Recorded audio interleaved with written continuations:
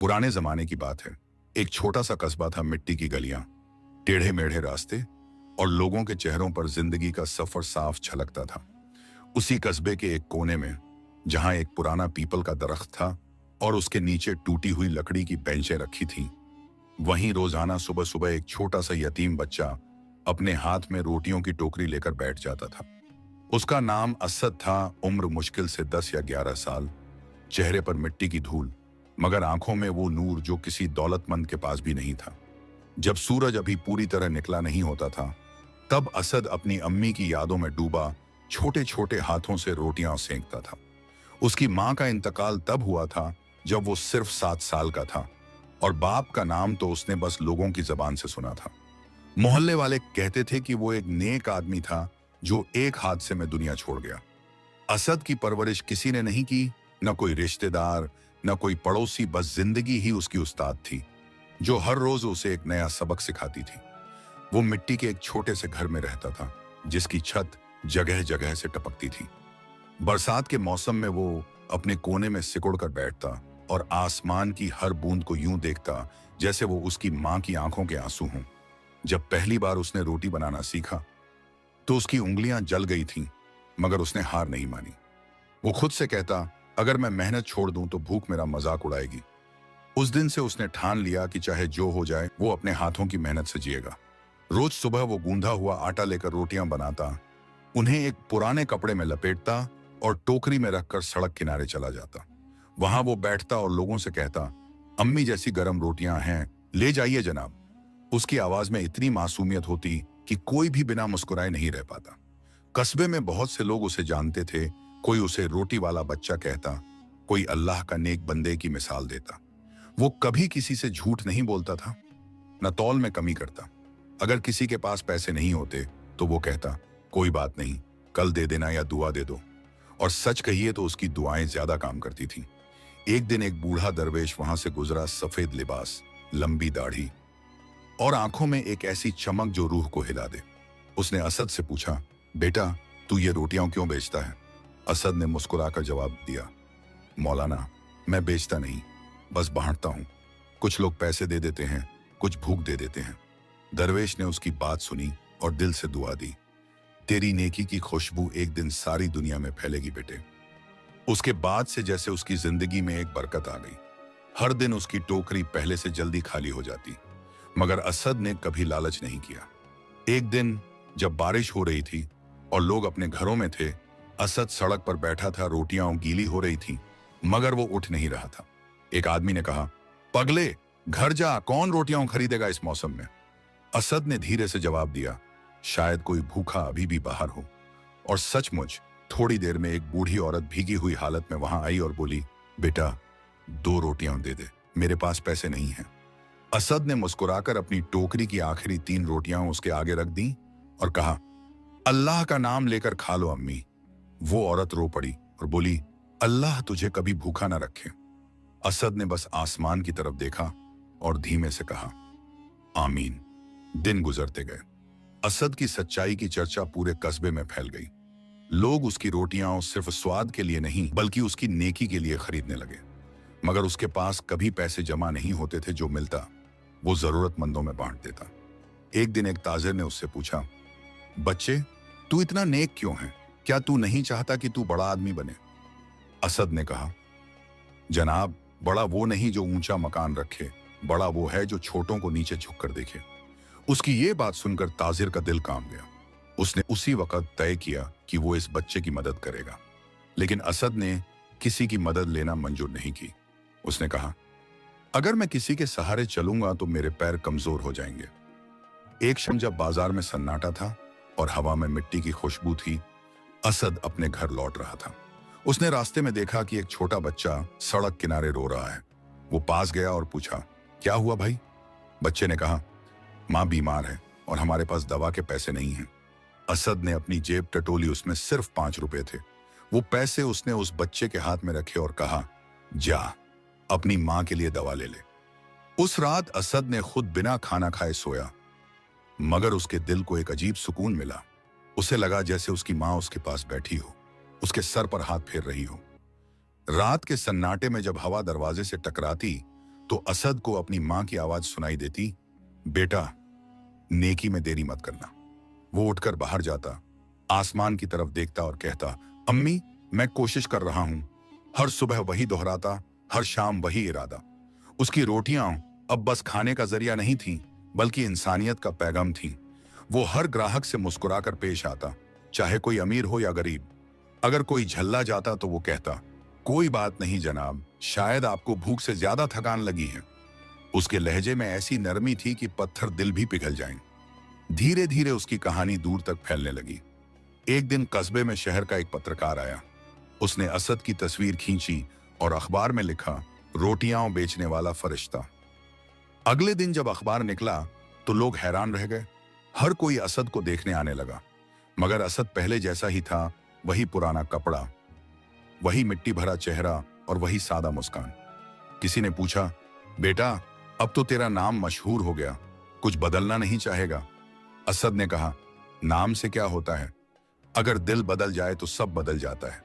ये कहकर उसने फिर अपनी टोकरी उठाई और सड़क किनारे बैठ गया। कुछ हुआ ही ना हो। मगर यह तो बस कहानी की शुरुआत थी। उसकी सच्चाई की यह रोशनी अभी और चमकने वाली थी। उसकी नेकी की यह खुशबू अभी और फैलने वाली थी, क्योंकि अल्लाह अपने नेक बंदों की मेहनत कभी झाया नहीं करता।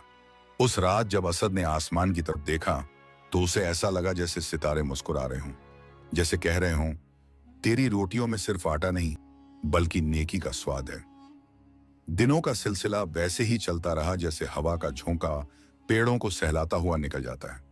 असद अब भी हर सुबह उसी सड़क किनारे बैठता, अपने हाथों से बनी रोटियां बेचता और हर आने जाने वाले को मुस्कुराकर सलाम करता। मगर अब उसके आसपास भीड़ कुछ ज्यादा होने लगी थी।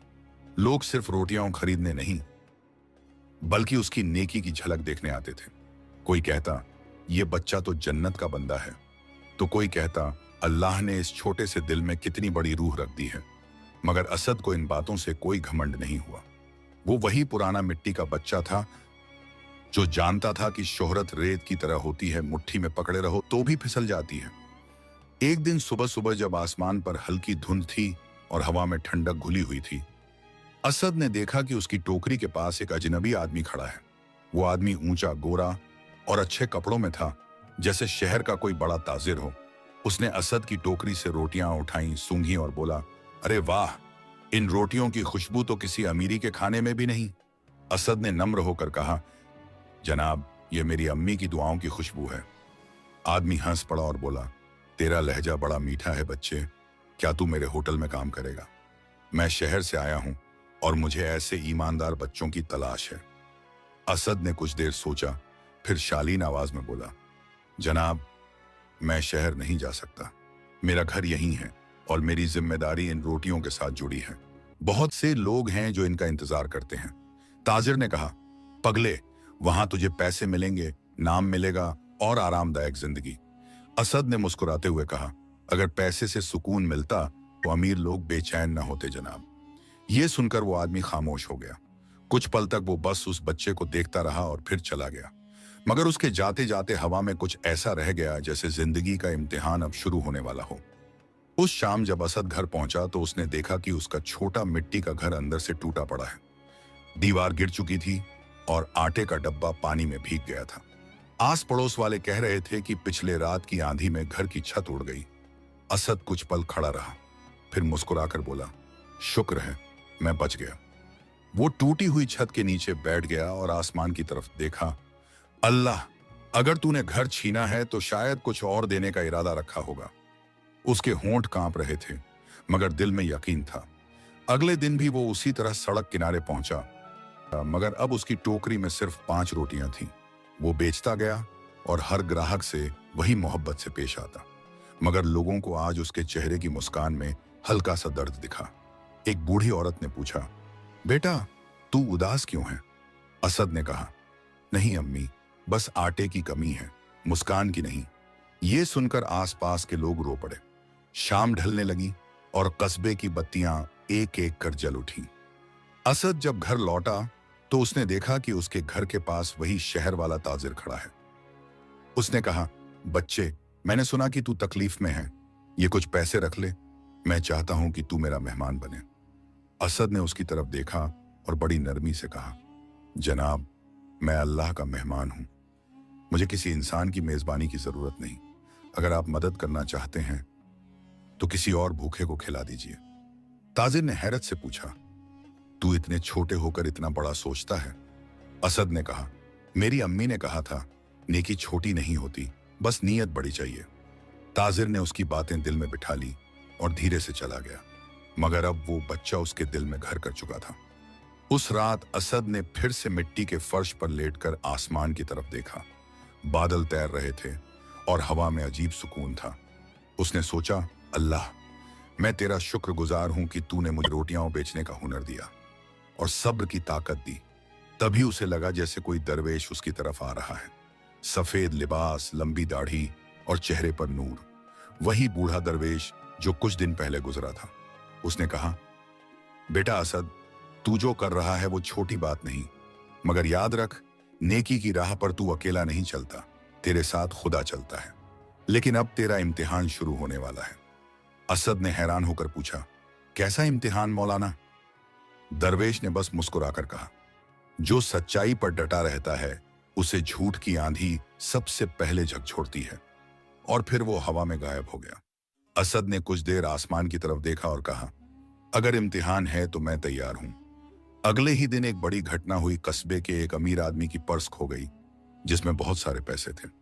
जब लोग ढूंढने निकले तो किसी ने झूठा इल्जाम लगा दिया कि शायद वो रोटी बेचने वाला बच्चा ले गया होगा, क्योंकि वो रोज यहीं बैठता है। भीड़ इकट्ठी हो गई। कुछ लोग बोले, नहीं, असद ऐसा नहीं कर सकता, मगर कुछ शक्की लोग चिल्लाने लगे, ढूंढो इसे। असद उस वक्त अपने घर पर था जब दो आदमी उसे पकड़कर बाजार ले आए। उन्होंने कहा, कबूल कर ले, तूने पर्स लिया है। असद की आंखों में आंसू आ गए, मगर आवाज में कोई डर नहीं था। उसने कहा, मैंने चोरी नहीं की जनाब, मैं तो बस रोटियां बेचता हूं। किसी ने उसकी टोकरी उलट दी, किसी ने उसके कपड़े झाड़े, मगर कुछ नहीं मिला। फिर भी लोग उस पर शक करते रहे। किसी ने कहा, यह तो बड़ा चालाक निकला। असद ने बस इतना कहा, अगर मैं झूठा हूं तो अल्लाह मेरा फैसला करेगा। उसकी ये बात सुनकर भीड़ कुछ देर खामोश रही। तभी वही शहर वाला ताजिर वहां आया। उसने कहा, रुको, मैंने उस बच्चे को देखा है, वो ऐसा नहीं कर सकता। और फिर उसने सबके सामने अपनी जेब टटोली और हैरत की बात यह कि वही खोया हुआ पर्स उसकी अपनी जेब में निकला। भीड़ स्तब्ध रह गई, सबकी आंखें शर्म से झुक गईं। वो ताजिर खुद भी हैरान था। बोला, मैंने ये यहां कैसे छोड़ दिया? अल्लाह की कसम, मुझसे गलती हो गई। उसने असद के पैरों में गिरकर माफी मांगी, मगर असद ने उसे उठाया और कहा, जनाब, इंसान गलती करता है, मगर दिल से माफी मांग ले तो अल्लाह भी माफ कर देता है। वो बच्चा जिसने अभी अभी अपनी इज्जत की आग में सब्र का फूल उगाया था, लोगों के दिलों में और गहरा उतर गया। उस दिन के बाद से हर कोई उसे सब्र वाला बच्चा कहने लगा। उसके हाथों की रोटियों में अब पहले से ज्यादा स्वाद आने लगा, क्योंकि अब उनमें नेकी के साथ इम्तिहान की खुशबू भी शामिल थी। वो अब भी हर सुबह उसी जगह बैठता था, वही नीली आसमान के नीचे, और हर रोटी के साथ एक मुस्कान बांटता। मगर अब उसे समझ आ गया था कि सच्चाई की राह आसान नहीं, मगर जो टिक जाए वही असल जीतता है। रात के वक्त जब वो आसमान देखता तो उसे वही दरवेश की आवाज सुनाई देती, बेटा, अब तू सिर्फ रोटियां नहीं बेचता, तू उम्मीद बांटता है। और असद मुस्कुरा कर जवाब देता, अगर एक रोटी से किसी का दिल भर जाए तो यही मेरी जन्नत है। खुशबू कस्बे से निकलकर शहर पहुंची। दिनों की रवानी जैसे किसी बहते दरिया की तरह थी। एक लहर जाती, दूसरी आती, मगर असद के सब्र और नेकी की लहर कभी नहीं थमी। अब उसका नाम सिर्फ एक छोटे कस्बे में नहीं, बल्कि आसपास के इलाकों में भी मशहूर होने लगा था। लोग उसे देखने आते, उससे बातें करते और उसके हाथों से बनी रोटियां खरीदते हुए ऐसा महसूस करते जैसे वो सिर्फ आटा नहीं, बल्कि रहमत बांट रहा हो। बच्चों की आंखों में वो एक मिसाल बन चुका था, बूढ़ों की दुआओं में उसका नाम आने लगा था, और गरीबों की झोली में उसका हिस्सा अब दुआ के रूप में उतरता था। मगर जितनी शोहरत बढ़ी, उतनी ही उसकी परीक्षा भी बड़ी होने लगी, क्योंकि नेकी की रोशनी जब बढ़ती है तो दुनिया की ईर्ष्या की परछाइयां भी उसके आसपास घूमने लगती हैं। एक सुबह जब आसमान नीला और हवाएं ठंडी थीं, असद ने अपनी टोकरी उठाई और सड़क किनारे पहुंच गया। मगर आज भीड़ कुछ अलग थी। शहर से एक कैमरा लिए हुए आदमी आया था। उसके साथ दो पत्रकार और एक मोटा सा आदमी जो किसी बड़े अफसर की तरह लग रहा था। उन्होंने असद से कहा, बेटा, हम तेरी कहानी सुन चुके हैं। हम तुझे शहर ले जाना चाहते हैं ताकि तेरी नेकी को सब देखें। असद ने उन्हें गौर से देखा और कहा, जनाब, मैं कहाँ जाऊंगा? मेरा शहर तो ये सड़क है, मेरा आसमान तो यही नीला गुंबद और निर्यद है। मगर वो लोग बोले, तेरा नाम अखबारों में है, अब तू मशहूर है, लोगों को तेरी मिसाल चाहिए। असद ने कुछ देर खामोश रहकर कहा, अगर मिसाल बनना है तो यहां बनूंगा जहां भूख असली है, जहां रोटियां सच में मायने रखती हैं। मगर फिर भी उन्होंने उसे समझाया और कहा, चल, बस एक बार हमारे साथ चल, तू जो है उसे दुनिया को दिखाना है। असद ने आखिरकार हामी भर दी, मगर शर्त रखी कि वो किसी झूठे दिखावे में हिस्सा नहीं लेगा। जब वो शहर पहुंचा तो उसकी आंखें चौंधिया गईं। ऊंची ऊंची इमारतें, चमकते शोरूम, महंगे कपड़े पहने लोग और हर तरफ रोशनी। मगर इस रोशनी के बीच उसे वो सुकून नहीं मिला जो उसके कस्बे की मिट्टी में था। पत्रकारों ने उसे मंच पर बैठाया, तस्वीरें खींची, सवाल किए, तू इतना नेक कैसे बना? असद ने सादगी से कहा, मैं तो वैसा ही हूं जैसा अल्लाह ने बनाया। फर्क बस इतना है कि मैंने अपने दिल की आवाज सुनी। लोगों ने तालियां बजाईं, मगर असद के चेहरे पर कोई घमंड नहीं था। उसने वहां भी कहा, नेकी को दिखाने की नहीं, करने की जरूरत है जनाब। उसके ये लफ्ज सुनकर एक पल को हॉल में सन्नाटा छा गया। शहर के एक अमीर व्यापारी ने उससे कहा, बच्चे, अगर तू चाहे तो मैं तुझे अपने रेस्टोरेंट का ब्रांड एम्बेसडर बना दूं, तुझे लाखों रुपए दूंगा, बस इतना कहना कि मेरी रोटियां तेरी जैसी हैं। असद के चेहरे पर दर्द की मुस्कान आई। उसने कहा, जनाब, झूठ बोलने से रोटी की गर्मी ठंडी हो जाती है। मैं अपनी अम्मी की दुआ को किसी पैसों के सौदे में नहीं बेच सकता। यह सुनकर लोग दंग रह गए। किसी ने कहा, इस छोटे बच्चे में इतनी बड़ी बात कहां से आती है? और किसी ने कहा, शायद वो अल्लाह का भेजा हुआ है। मगर असद के लिए यह सब बस शोर था। उसे तो अपनी अम्मी की वो आवाज सुनाई दे रही थी, बेटा, नेकी करते रहना, चाहे दुनिया कुछ भी कहे। अगले दिन जब वो वापस अपने कस्बे लौटा तो वहां उसका स्वागत फूलों से हुआ। बच्चे उसके चारों तरफ दौड़ते हुए आए और औरतों ने उसे देखकर दुआएं दी। मगर असद का दिल भारी था। उसे लग रहा था कि शोहरत उसकी सादगी को निगल रही है। उसने उसी रात फैसला किया कि अब वो किसी कैमरे के सामने नहीं जाएगा। अगले दिन उसने अपनी टोकरी फिर उठाई और पहले की तरह सड़क किनारे बैठ गया। जब एक आदमी ने पूछा, बेटा, तू तो अब मशहूर है, फिर यहां क्यों? असद ने जवाब दिया, नेकी की जगह बदल जाए तो नीयत खो जाती है। मैं वहीं बैठता हूं जहां से मेरी नीयत शुरू हुई थी। मगर अब उसकी जिंदगी में एक और मोड़ आने वाला था। एक रात जब वो अपनी छोटी झोपड़ी में बैठा दुआ कर रहा था, तभी कस्बे में आग लग गई। बाजार की झोपड़ियां जलने लगी, लोग चीखते हुए भाग रहे थे। असद ने अपनी आंखों के सामने देखा कि कई बच्चे आग में फंस गए हैं। बिना कुछ सोचे वो भागा और उन बच्चों को बचाने के लिए आग में कूद गया।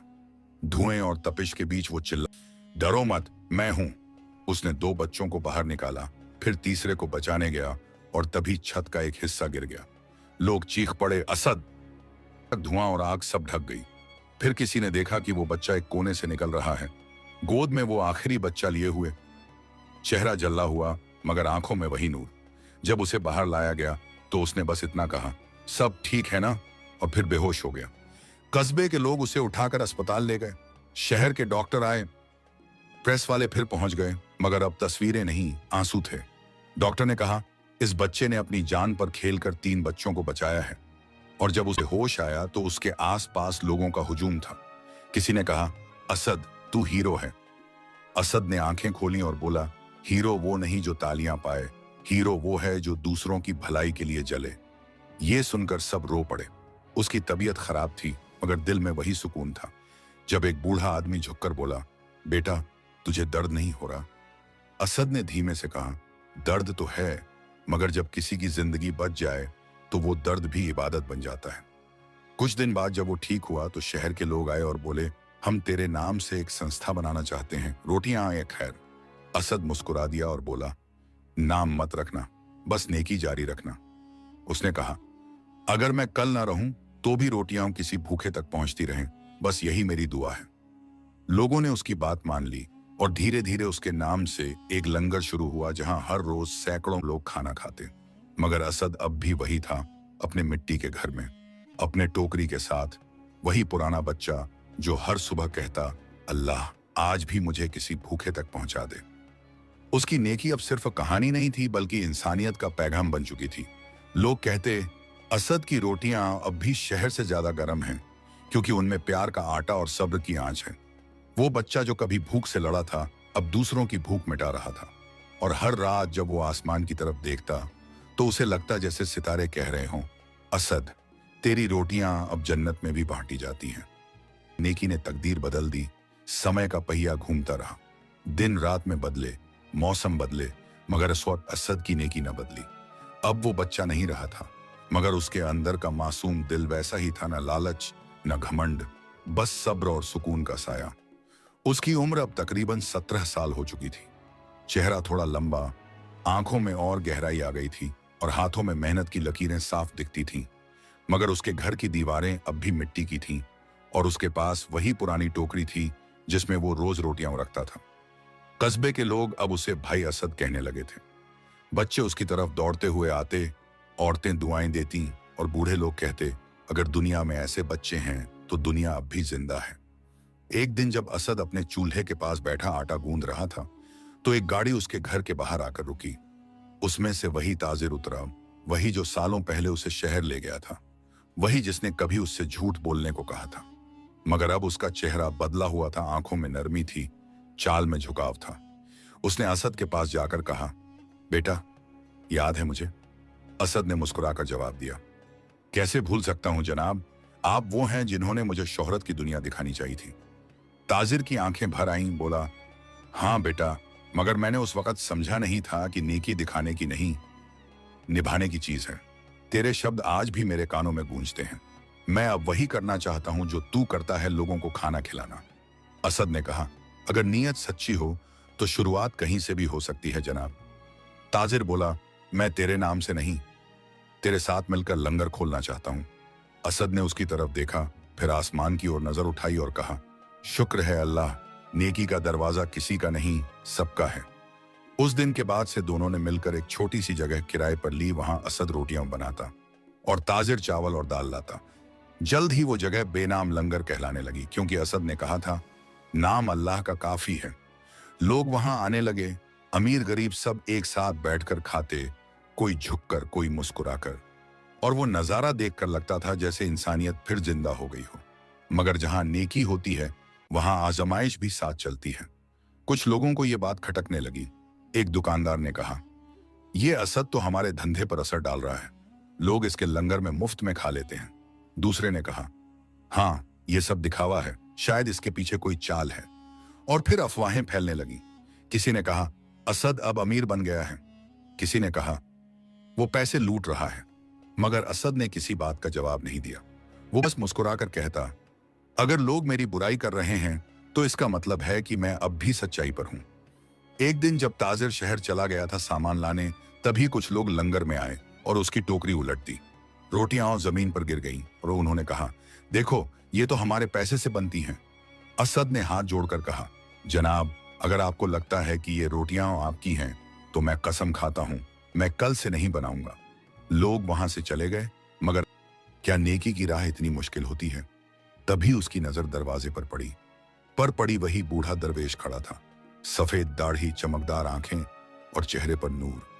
उसने कहा, बेटा असद, जब दरख्त पर फल आता है तो पत्थर भी ज्यादा पड़ते हैं, मगर याद रख, फल गिर भी जाए तो जमीन को मिठास दे जाता है। असद के होंठों पर हल्की मुस्कान आई और उसने कहा, मौलाना मैं अब और मजबूत महसूस कर रहा हूं। अगले दिन जब ताजिर लौटा तो उसने देखा कि असद अकेला बैठा है और रोटियां बांट रहा है। उसने पूछा, क्या हुआ बेटा? असद ने कहा, लोगों ने इल्जाम लगाया मगर मैंने सब माफ कर दिया। ताजिर की आंखों में आंसू आ गए। बोला, काश मैं भी तेरे जैसा सब्र कर पाता। असद ने जवाब दिया, सब्र मुश्किल है मगर यही रास्ता जन्नत तक ले जाता है। उस दिन ताजिर ने फैसला किया कि वो अपने सारे व्यापार का आधा हिस्सा इस लंगर के लिए वक्फ कर देगा। और फिर वहां से जो शुरुआत हुई वो पूरे शहर में फैल गई।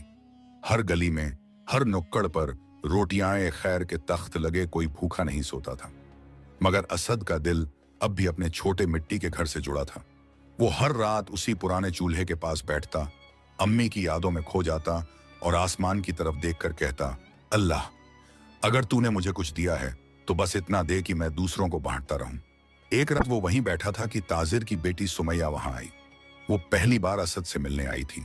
सादा लिबास, सिर पर दुपट्टा और आंखों में एक अजीब सी चमक। उसने कहा, आप ही वो असद हैं जिनके बारे में अब्बा जनाब दिन रात बात करते हैं। असद ने सिर झुका लिया और बोला, मैं वही हूं जो बस रोटियां बनाता है। सुमैया ने मुस्कुराकर कहा, रोटियां तो हर कोई बना लेता है, मगर उनमें दुआओं का स्वाद सिर्फ आप लाते हैं। असद कुछ न बोला, मगर उसकी आंखों में पहली बार किसी और की चमक उतर आई। उस दिन के बाद से सुमैया अक्सर लंगर आने लगी बच्चों को खाना बांटती, बूढ़ों के पैर दबाती और असद की मदद करती। दोनों के दरमियान एक खामोश रिश्ता बनता जा रहा था जो बोलता नहीं था मगर महसूस होता था। मगर असद को याद था उसकी अम्मी की बात, बेटा, मोहब्बत भी एक इम्तिहान है, अगर सच्ची हो तो सब्र के साथ निभाना। उसने अपने दिल में दुआ की, अल्लाह, अगर ये रिश्ता तेरे लिखे में है तो मुझे नेक रख। एक दिन जब ताजिर ने यह महसूस किया कि उसकी बेटी असद की नेकी से मुतासिर है तो वो खुद उसके पास आया और बोला, असद, अगर तू माने तो मैं तुझसे एक इल्तिजा करूं। असद ने कहा, जनाब फरमाइए। ताजिर बोला, मैं चाहता हूं कि तू मेरी बेटी से निकाह कर ले। असद हक्का बक्का रह गया, उसकी आंखों में आंसू आ गए। बोला, जनाब, मैं एक गरीब लड़का हूं, मेरे पास कुछ नहीं है। ताजिर मुस्कुराया और कहा, तेरे पास वो है जो दुनिया के अमीरों के पास नहीं, सच्चाई, सब्र और मोहब्बत। उस रात असद ने सजदे में सिर रखा और कहा, अल्लाह, अगर तू चाहता है तो मुझे इस इम्तिहान में भी कामयाब कर। और कुछ दिनों बाद पूरे कस्बे के सामने सादगी से निकाह हुआ। कोई दिखावा नहीं, बस रोटियां, पानी और दुआएं। जब सुमैया उसके घर आई तो उसने मिट्टी की दीवारों को देखा और कहा, यही दीवारें तो असल अमीरी हैं। असद ने जवाब दिया, जब घर में नेकी हो तो मिट्टी भी सोना बन जाती है। और यूं वो बच्चा जिसने कभी भूख से लड़ाई लड़ी थी, आज मोहब्बत और नेकी के साथ जन्नत जैसी जिंदगी पा चुका था। जब नेकी की खुशबू जन्नत तक पहुंची, आज रफ्तार यूं बीतती चली गई जैसे किसी पुरानी नदी में लहरें उठती और गायब होती हैं। मगर असद की नेकी की लहर अब भी हर दिल में गूंज रही थी। शादी के कुछ महीने बाद उसकी छोटा मिट्टी का घर अब भी वैसा ही था, मगर अब वहां बरकत की हवा बहती थी। सुमैया ने उस घर को फूलों और दुआओं से सजा दिया था। दोनों सुबह सुबह उठकर नमाज पढ़ते, फिर लंगर के लिए खाना तैयार करते और फिर सड़क किनारे उसी पुराने पेड़ के नीचे बैठते जहां कभी असद ने अकेले बैठकर रोटियां बेची थीं। वहीं अब सुमैया उसके साथ बैठकर बच्चों को खाना बांटती थी। वो दोनों जब एक साथ बैठते थे तो लगता था जैसे दो रोशनियां मिलकर एक नूर बन गई हों। उनकी सादगी देखकर लोग कहते, ये जोड़ी धरती पर नहीं, आसमान पर बनी है। मगर असद अब भी वही पुराना असद था, वही सादा कपड़ा, वही दाढ़ी का हल्का सा साया, वही मिट्टी से सना चेहरा और वही मुस्कुराहट जिसमें अल्लाह का सुकून झलकता था। एक दिन सुबह जब हवा में ठंडक थी और आसमान नीला, तो असद ने देखा कि उसके लंगर के बाहर एक बूढ़ा आदमी बैठा है, कपड़े फटे हुए, चेहरा झुर्रियों से भरा और आंखों में बेबसी। असद भागा और बोला, बाबा, अंदर आइए, खाना खाइए। मगर वो बूढ़ा बोला, मैंने कई दरवाजे खटखटाए मगर किसी ने पानी तक न दिया। असद ने कहा, यहां दरवाजा नहीं, दिल खुला है। वो उसे अंदर ले गया, उसे खाना खिलाया और जब उसने पानी पिलाया तो बूढ़ा आदमी रो पड़ा। बोला, बेटा, तूने तो मुझे जन्नत का सुकून दे दिया। असद मुस्कुराया और बोला, अगर कोई भूखा तृप्त हो जाए तो वही मेरी जन्नत है। मगर वो नहीं जानता था कि यह बूढ़ा कोई मामूली शख्स नहीं था। वो शहर का सबसे अमीर व्यापारी हाफिज साहब था, जो अपने बेटे को ढूंढता फिर रहा था, जो बचपन में गुम हो गया था। उस रात जब हाफिज साहब वापस अपने घर पहुंचे तो उन्होंने अपने नौकरों से कहा, आज मैंने एक बच्चे को देखा, उसकी बातों में वो महक थी जो मेरे बेटे में थी। उन्होंने अपनी यादें टटोली, वही मासूम मुस्कान, वही बातें, वही आदत कि दूसरों के लिए जियो। अगले दिन वो फिर असद के पास आए और उसे ध्यान से देखने लगे। फिर उन्होंने एक पुराना लॉकेट निकाला जिस पर अ लिखा था। वो लॉकेट उन्होंने अपने बेटे के गले में बचपन में डाला था। उन्होंने धीरे से कहा, बेटा, क्या तू ये निशान पहचानता है? असद ने हैरानी से उसे देखा और फिर उसकी आंखों में आंसू आ गए। बोला, ये तो मेरी अम्मी की निशानी थी, जो मेरे गले से बचपन में खो गई थी। हाफिज साहब के हाथ कांप गए। उन्होंने उसे गले से लगा लिया और रो पड़े। बेटा, तू मेरा असद है, तू मेरा खोया हुआ बेटा है। चारों तरफ सन्नाटा छा गया। सुमैया भी आंखों में आंसू लिए खड़ी थी और पूरा कस्बा उस दृश्य को देखकर रो पड़ा। मगर असद ने अपने आंसू पोंछे और कहा, अब्बा जनाब, अगर आप मेरा बाप बनकर आए हैं तो मुझे गर्व है, मगर मैं इस मिट्टी को नहीं छोड़ सकता जिसने मुझे पाला है। हाफिज साहब बोले, बेटा, तू अब मेरा सब कुछ है, चल मेरे साथ, तुझे किसी चीज की कमी नहीं होगी। असद ने धीरे से कहा, अब्बा, मेरे लिए सबसे बड़ी दौलत वो है जो मुझे अल्लाह ने दी है, लोगों की दुआएं। ये कहकर उसने उनके हाथ चूम लिए। हाफिज साहब ने कहा, अगर तू यहां रहेगा तो मैं भी यहीं रहूंगा। और यूं वो शहर छोड़कर उसी कस्बे में बस गए। उन्होंने अपने पैसों से असद फाउंडेशन की नींव रखी, जहां हर दिन हजारों लोग खाना खाते, पढ़ते और इलाज करवाते। मगर असद ने फिर भी कभी अपना नाम नहीं लिखा। वो कहता, ये अल्लाह का काम है। दिन यूं ही बीतते रहे। असद और सुमैया का लंगर अब दूर दूर तक मशहूर हो गया। हर शुक्रवार को वहां एक बड़ी दुआ होती थी। बच्चे वहां खेलते, औरतें खाना बांट और असद हर आने वाले का मुस्कुराकर इस्तकबाल करता। मगर जिंदगी का असली इम्तिहान अब आने वाला था, एक ऐसा मोड़ जो नेकी की रोशनी को हमेशा के लिए अमर कर देगा। एक शाम जब आसमान में बादल छाए थे और हवा में ठंडक थी, तो असद ने महसूस किया कि उसका सीना भारी है। सुमैया ने कहा, आप थक गए होंगे, थोड़ा आराम कर लीजिए। असद मुस्कुराया और बोला, थकान नहीं, शायद बुलावा है। वो उठा, वुजू किया, नमाज पढ़ी और फिर आसमान की तरफ देखा। बोला, अल्लाह, अगर अब बुला रहा है तो मुझे अपने हबीब के साए में जगह देना। उसकी आवाज में वो सुकून था जो सिर्फ सच्चे दिल वालों के नसीब में होता है। अगली सुबह जब लोग लंगर पहुंचे तो देखा कि चूल्हा जल रहा है, रोटियां तैयार हैं, मगर असद कहीं नहीं। दरवेश जो हमेशा उसकी निगरानी करता था वहां आया और बोला, वो अपने रब के पास चला गया, मगर उसकी नेकी अब भी जिंदा है। पूरा कस्बा फूट फूट कर रो पड़ा। हर किसी ने कहा, आज हमने नेकी का सूरज खो दिया। मगर उसी वक्त आसमान पर एक अजीब नूर छा गया, जैसे कोई मुस्कुरा रहा हो। चूल्हे की आग में भी एक अजीब चमक थी और हवा में रोटियों की खुशबू फैली हुई थी। लोग बोले, वो चला गया, मगर उसकी खुशबू जन्नत तक पहुंच गई। सुमैया ने आंसू पोंछे और बोली, असद ने मुझसे कहा था कि अगर मैं कभी ना रहूं तो रोटियां बनाना मत छोड़ना, क्योंकि हर रोटी में एक दुआ छुपी होती है। उसने वही चूल्हा जलाया और कहा, आज से यह लंगर बंद नहीं होगा। बूढ़े हाफिज साहब ने कहा, यह लंगर अब मेरे बेटे की याद में नहीं, उसकी नेकी के नाम पर चलेगा। उन्होंने चूल्हे के पास एक पत्थर रखा जिस पर लिखा था, यहां हर रोटी में एक इंसानियत की खुशबू है। वक्त बीतता गया, साल गुजर गए। रोटियां खैर की खुशबू दूर दूर तक फैल गई। अब वो एक लंगर नहीं रहा, बल्कि इंसानियत की सबसे बड़ी मिसाल बन गया। हर आने जाने वाला वहां खाना खाता, दुआ देता और कहता, असद जैसा बंदा शायद सदियों में एक बार आता है। बच्चों को अब स्कूल में सिखाया जाता था, नेकी करो चाहे लोग देखें या न देखें, क्योंकि अल्लाह सब देखता है। और हर शुक्रवार को जब नीले आसमान में बादल तैरते थे तो लोग कहते, देखो असद की रूह फिर आई है, अपने लंगर की खुशबू लेने। सुमैया ने अपनी जिंदगी उसी लंगर की सेवा में गुजारी।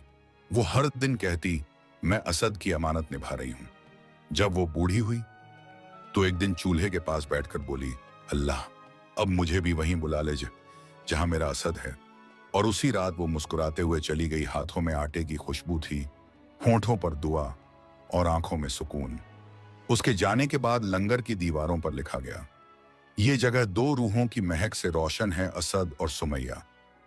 आज भी बरसों बाद जिसके जब कोई मुसाफिर उस कस्बे से गुजरता है तो नीले आसमान के नीचे एक पुराना पीपल का दरख्त दिखता है, जिसके नीचे मिट्टी का चूल्हा जलता रहता है। और बच्चे कहते हैं, ये वही जगह है जहां रोटियां नहीं, मोहब्बत बांटी जाती है। हवा में अब भी रोटियों की वो महक महसूस होती है जो सीधे दिल तक जाती है। कोई आवाज नहीं, कोई चिल्लाहट नहीं, बस एक सुकून भरी गूंज सुनाई देती है, नेकी करो क्योंकि अल्लाह गवाह है।